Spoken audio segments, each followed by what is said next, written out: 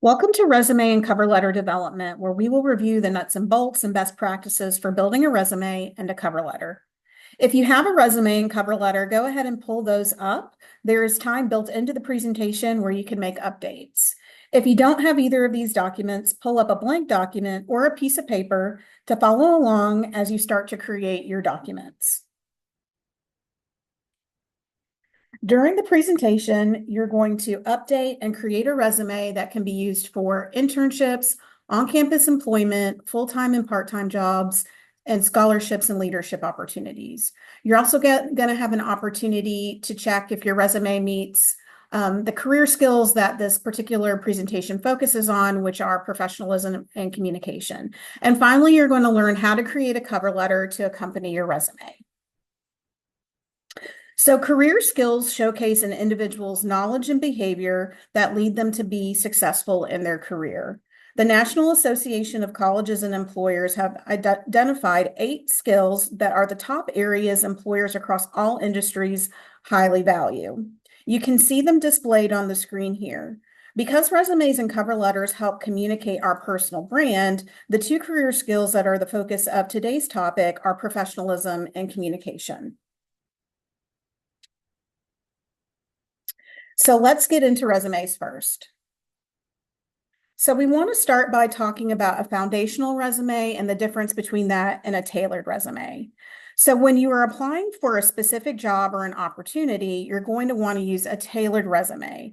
A tailored resume is a resume that's going to be about 1 to 2 pages in length. The categories that you include in your resume are going to match the job description. This resume is something that you're actually going to send to employers for a particular role or opportunity that you're applying for. And then the vocabulary and verbiage that you're using on your resume is going to match industry standards and what is located in the job description. A foundational resume, on the other hand, is not specific or tailored to a role or opportunity. Instead, this is a document for yourself to help you keep inventory of all of your education, experiences, and skill sets. So a foundational resume can be any length in terms of page number. It can be organized by any type of category. This is something, again, that an employer is not going to see. It's really for your personal use. And so you can use any vocabulary. And this is going to be the foundational document that you're going to want to use to create a tailored resume. Okay, so quiz time. How long do you think an employer typically spends reviewing your resume? 45 to 60 seconds, 1 to 2 minutes, 10 to 20 seconds, or as much time as needed to read all content? If you guess number 3, 10 to 20 seconds, then you are correct. Employers do not spend a lot of time on resume reviews due to the sheer volume that they receive. Therefore, it's even more essential that your resume is tailored to the opportunity, showcasing relevant education, experiences, and career skills. Here's a look at some of the most common resume sections we're going to explore further. At the top, you have your heading, you have education, honors, and awards following that, relevant experience, relevant campus activities, additional section, and skills.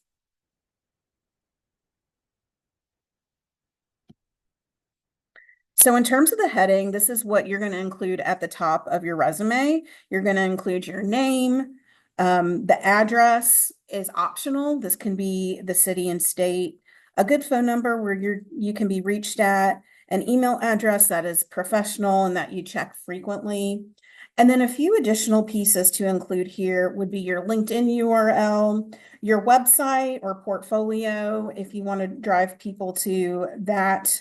And then any other sort of portfolio or website that would allow people to see your projects. So for example, if you're in more of a technical field, like computer science or data science, you may want to include a GitHub.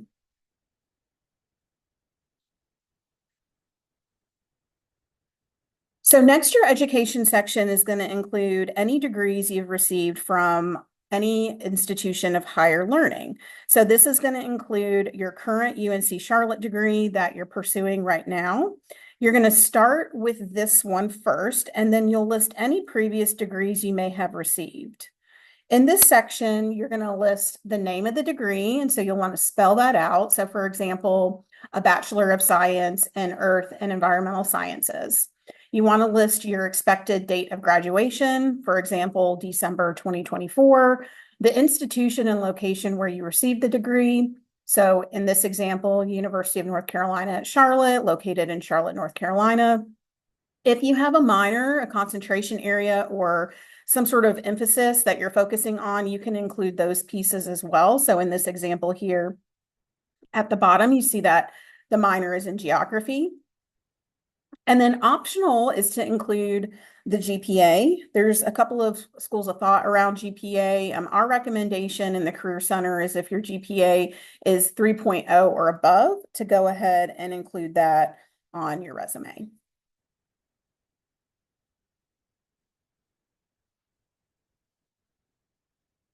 So pause this video and take 2 to 3 minutes to start working on creating or updating your heading and your education sections.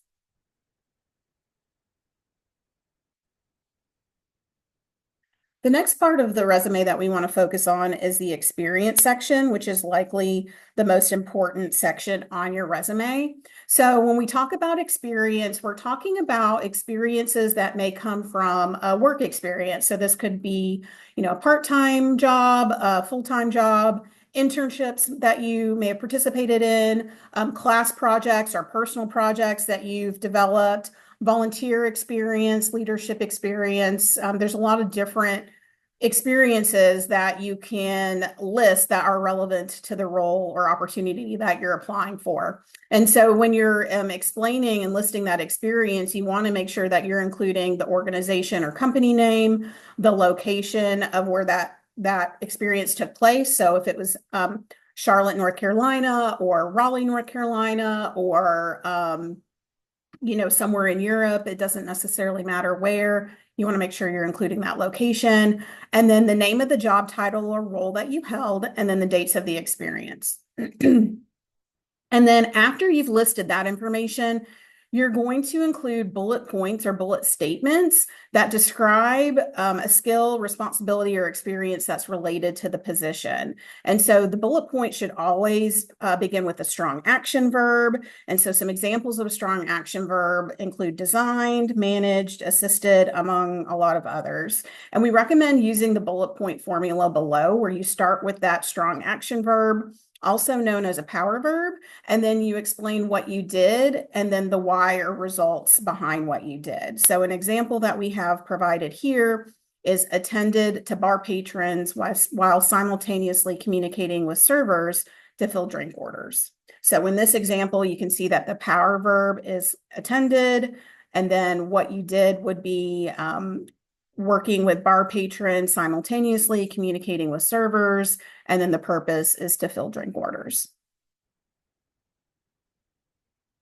And so here are some different experience examples. You can find more examples in our career guide, which you can download from our website. And then you can also scan this QR code to access our career guide directly.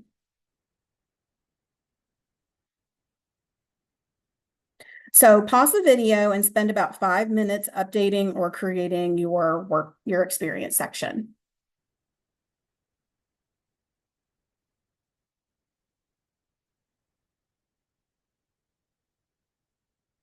So some people may want to include sections like honors and awards or campus activities.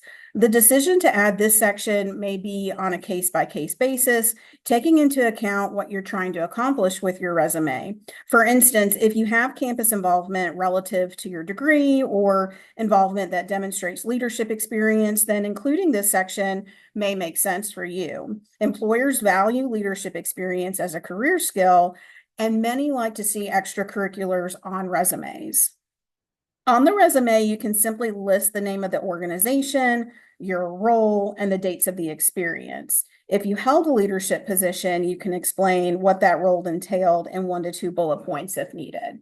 So you can see at the bottom here in this campus involvement section example, we have listed the name of the organization, that person's role, and then the dates that they've been involved.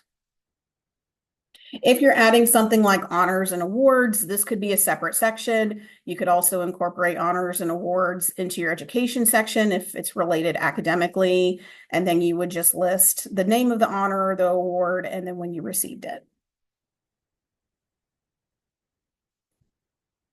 So additional sections, continuing on, you may want to keep in mind that there are a lot of possibilities in terms of additional sections that we don't have time to get into, but here are a few more ideas. And you can also view our career guide at this QR code to see some more examples. But what you can see here is we've included a section called language skills. So this would be for individuals that speak other languages outside of English. And what you can do is you can incorporate the level of proficiency. If you're a native speaker, you can include that information. You can also include a technical skills section. So this is great for, folks that are going into technology, data analytics, engineering, anything where you're going to need to demonstrate proficiency in hard technical skills. We would recommend maybe incorporating a technical skills section into your resume. And then additional coursework or relevant coursework can be good for helping to connect some courses that you've taken that relate to the role or the opportunity that you're applying for. Relevant coursework can also be a good section for individuals that maybe don't have a ton of experience just quite yet, depending on, where they are, maybe in their career or in college. So this can be something that you can include, and you only want to include about like 4 to 5 courses. You don't necessarily need to list every single class that you've taken. You can also include courses that you've taken outside of UNC Charlotte. For example, if you took an online course through Udemy or Coursera, or maybe at another institution that relates, you can include that as well in that section. So pause this video to take 2 to 3 minutes to work on an additional resume section as needed.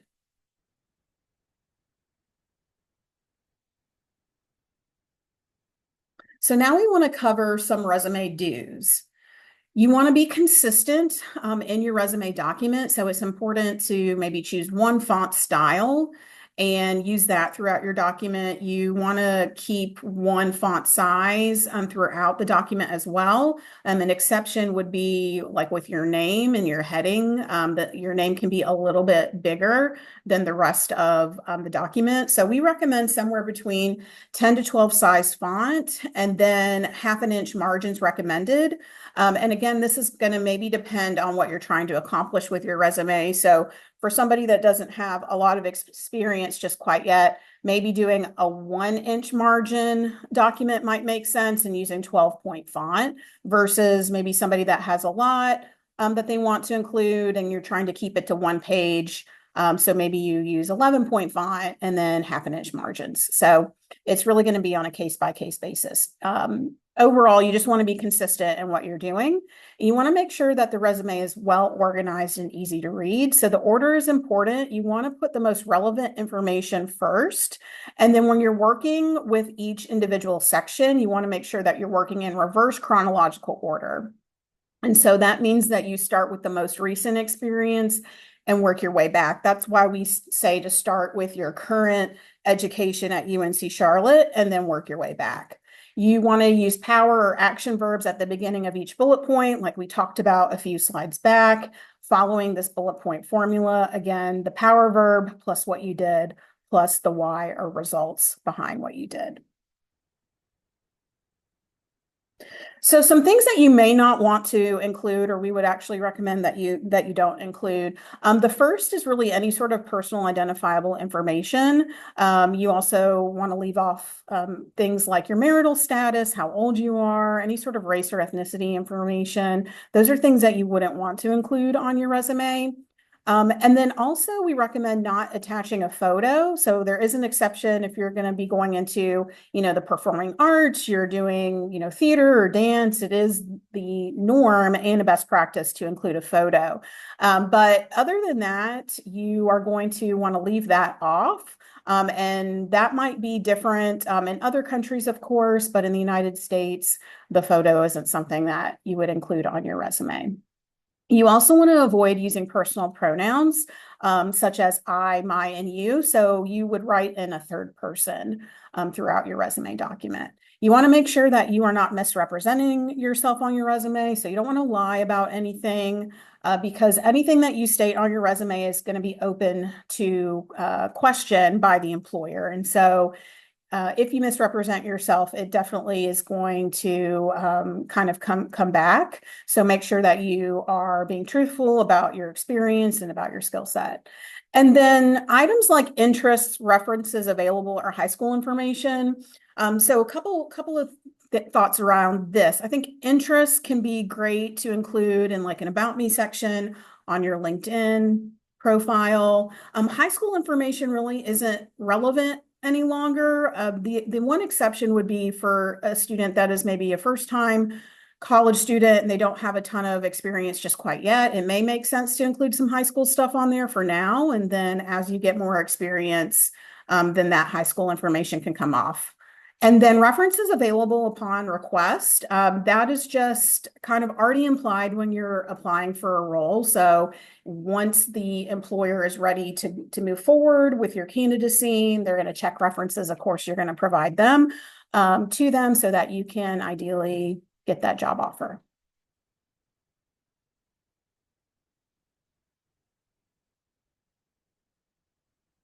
Okay, so I've mentioned our career guide a couple of times already. So here, what you'll find at our website, career.charlotte.edu, and then that careerdocs.charlotte.edu/guide/career guide is the direct link to the career guide if you missed the QR code. But here you're going to find not only a comprehensive guide to resume writing, but you'll also find the resume writing checklist to help ensure that your resume is ready to upload to Hire a Niner. And you are going to need to upload your resume to Hire a Niner in order to be able to apply to any of the positions that are located in Hire a Niner. So there is a resume approval process that every user must take in order to apply to those jobs. So that could be an on-campus job or an internship or a full-time job. Your first resume is going to need to be approved by uploading it to your Hire a Niner account under the My Documents tab. Once you upload it, it will go into a queue where a Career Center staff member will review it. Refer to the resume approval checklist to verify the minimum requirements for approval. These requirements come directly from employers who tell us what they expect on a resume. So it may take up to 2 business days to get feedback on your resume. And if we need to send your resume back to make changes, we will let you know exactly what those changes are. And then once your first resume is approved, you no longer have to go through this process. So you're able to then upload as many resumes or additional documentation that you may need to apply for the roles that you're interested in. Okay, so now we are going to transition into cover letters, but don't leave just yet because we're going to address some best practices related to AI when it comes to your resume at the end. So the purpose of a cover letter is to inform prospective employers on what you can do, why you're interested in the role, and why you're qualified. This also is an opportunity for you as the job seeker to convey your enthusiasm and interest for a specific role and company. You're able to expand upon the skills and experience listed on your resume. And your resume is going to tell the reader more about the objective, what you've done, whereas your cover letter conveys more about why you did something and the purpose and allows you to connect that information back to the job that you're applying for. So these are the basic these are the basic cover letter contents we are going to cover. So you're going to include your heading like your resume, employer contact information, introduction, the body paragraphs, and then the closing. And so the QR code on the left-hand side here, again, is going to connect you back to our career guide. There is a cover letter example on page 31 that you can reference. So again, you're going to use the same heading as your resume to help with the branding consistency of your documents. The next section is the employer contact information. This is going to include listing the date that you send the letter. I would spell this out, for example, September 1st, 2024. And then you're going to include the employer's first and last name, the company name, where the company is located, so the address, the city, state, and zip code. And then you're going to skip a line and state dear, and then insert the employer's first and last name. So it is a best practice to direct your letter to a specific individual. Sometimes that person's name is included in the job announcement. Other times you may need to research the hiring manager's name on the website or on LinkedIn. You can also reach out to the HR department who may be able to tell you who to address your cover letter to. So taking this extra step will help you stand out from other candidates because it shows that you're serious about the role, having done that little bit of extra effort. If you've exhausted all of your options, you can say something like, "Dear hiring manager," or "Dear hiring committee," or "Dear human resources representative," or something to that effect. Your introduction paragraph should be about 1 to 2 sentences, and it's going to include information like why are you writing, who are you, list the specific position that you're applying for, how you learned about the position, and why you're interested. And so when you're stating how you learned of the role, be sure to list the person's name that referred you if you were referred, especially if they work at that organization. When discussing your interest in the role, make sure that you introduce the skills or experience that relate to the role, which then you can expand on in the body paragraphs.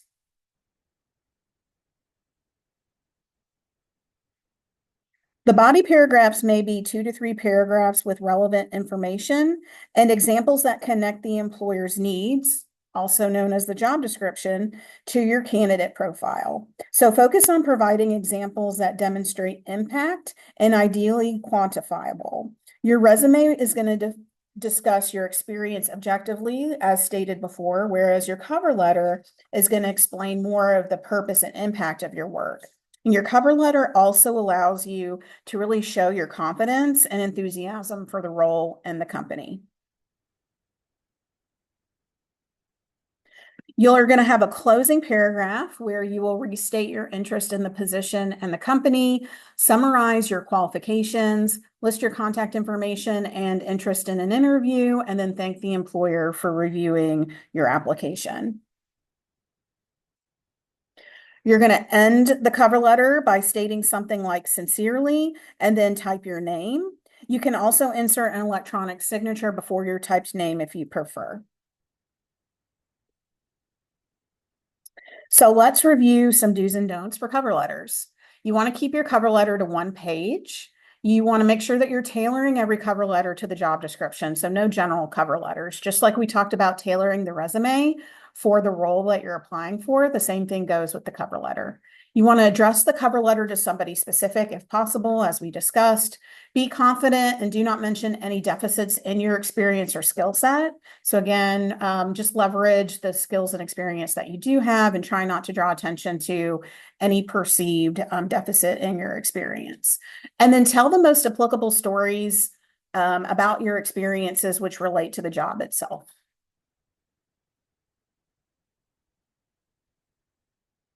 So we wanted to make sure to address how you can and should utilize artificial intelligence, such as ChatGPT, in resume and cover letter development.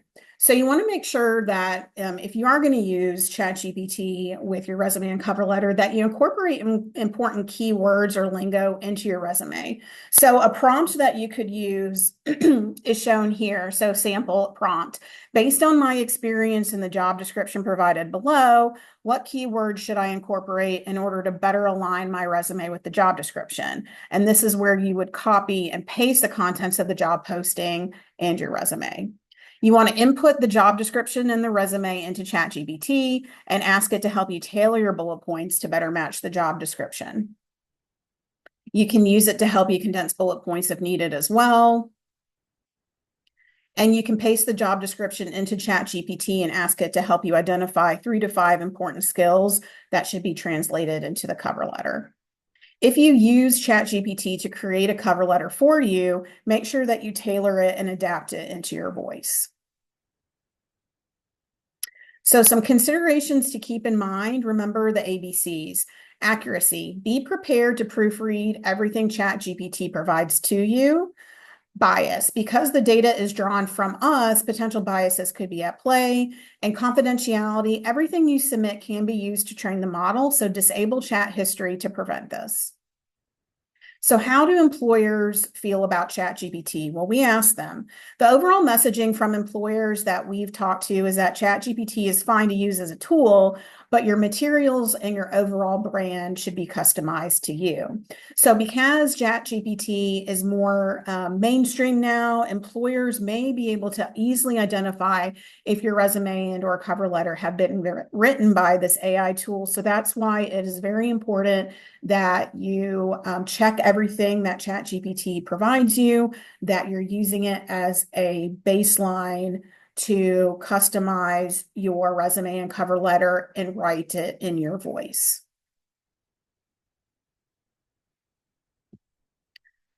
Okay, so that concludes the resume and cover letter presentation. Make sure that you connect with us on all of the things that we discussed. If you have questions about your resume and cover letter, the quickest way that you can get feedback on that is through our career coaching drop-ins. We offer those Monday through Friday between 10 a.m. and 3 p.m.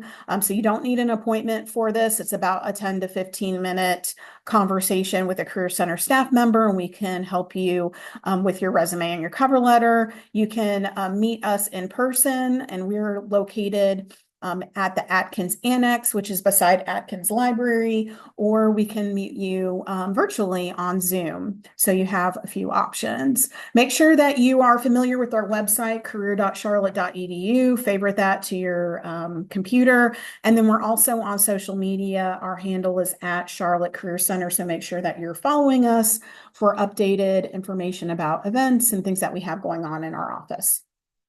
Have a great day. Thanks.